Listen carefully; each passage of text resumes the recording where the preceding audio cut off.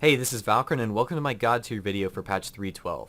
My goal with this video is to share my opinions on what champions I feel like are currently the strongest for all levels of play in solo queue. These champions will not be listed in order of power because each has different strengths that abuse certain aspects of solo queue. Big thanks to my friend Sticks for helping me with the graphic art. Zed has always created problems in solo queue with his high mobility, his ridiculously high kill potential, and his high skill ceiling kit.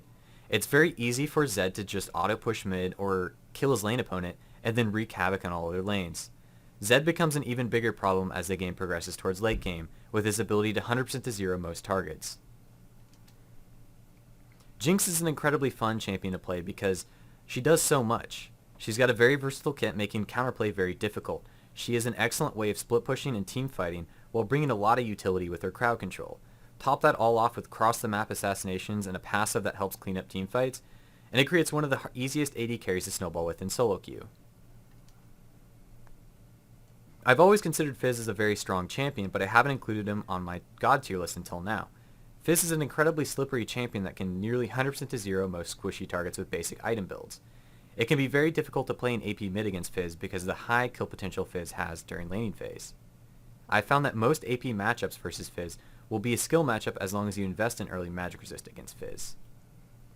Caitlyn has been considered a very strong pick in competitive play because of her early game dominance.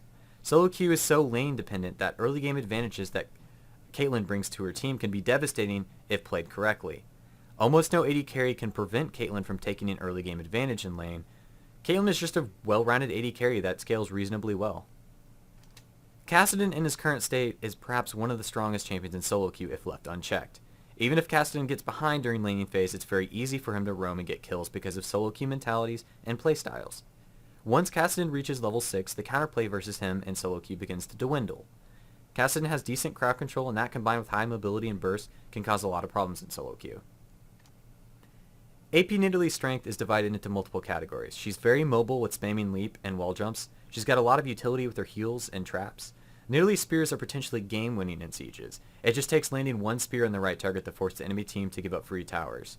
There's very little counterplay once the game has progressed to grouping unless you can hard engage on Nidalee's team. Nidalee is weak against strong laners, but you can take barrier or cleanse to ensure her lane safety. Fiddlesticks is one of the most annoying champions to play against in the game. Fiddlesticks' kit is a nightmare for most assassins in team fights. The 3-second fear can remove the most high priority targets out of a team fight entirely, but to top it off, Fiddlesticks has incredibly high base magic damage, making even Fiddlesticks support powerful. Even though Fiddlesticks isn't that mobile, his ability to counter assassins with high crowd control and damage keeps Fiddlesticks on the list.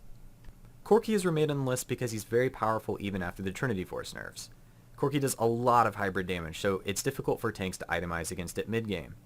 Corky is very good against a lot of the popular AD carries like Vayne. Rengar is still on the God tier list because of his very high pick-off potential on squishy targets mid to late game. Rengar does really well at split pushing because of his incredibly fast tower killing ability and his assassination potential. The only downside is that Rengar has a lot of counters top lane. And he's very lane and teamfight dominant in solo queue. Her AoE Tibber stun can initiate team fights that lead to big objectives. And he's just really easy to use effectively, and I've seen her success in every bracket of play. Her weaknesses are in that she is very vulnerable to her spell range and to other poke, and her immobility. I was really excited to see the buffs to Katarina in the last patch. I think Katarina is one of the most fun champions to play in solo queue because of her reset potential. Katarina is just an incredibly strong champion in solo queue right now because not only does she have a lot of threat from Snowball with her passive and normal abilities, but her ultimate does a lot of damage if left uninterrupted. Anytime a champion has resets on kills or assists, it can potentially cause problems in solo queue. Tryndamere is still on the God tier list because of his incredibly strong laning phase against a lot of lane matchups, and Tryndamere's very strong split pushing potential later on in the game.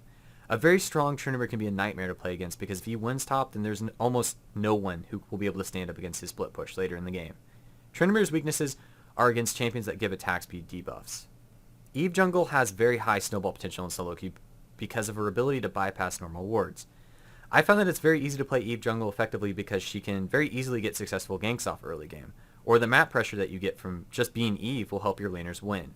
However, Eve isn't nearly as strong as a lot of the other bruiser junglers early game, so she's vulnerable to counter jungling and counter ganks. Aatrox jungle is very, very strong early game. Aatrox has a built-in gap closing stun and a slowing ability that can help get successful ganks off early game and make it very easy. Aatrox is a very strong jungler at killing the enemy jungler in duels. The main problems I've seen with Aatrox is that players get an invincibility complex because of the revive passive, and they'll go in too deep in most situations. Overall, I think Aatrox has the potential to be a devastating jungler if used correctly. In the right matchups, Singed can become a seemingly unstoppable force top lane. His ability to proxy farm and roam where he pleases gives him an incredibly annoying nature. Top that off with the fact that he becomes one of the tankiest champions in the game with his item builds and ultimate active. It's honestly difficult to misplay on Singed because sometimes a normally bad decision turns into an incredibly smart one when playing Singed. Thanks for watching. Don't forget to like and subscribe, and if you want to donate to me, you can do so by clicking the donate button. If you're interested in taking lessons from me, click or go to my website and check out information about the rates and scheduling. I'll be posting a complete tier list on Random Gaming in the next couple of days, and I hope you guys have a great day.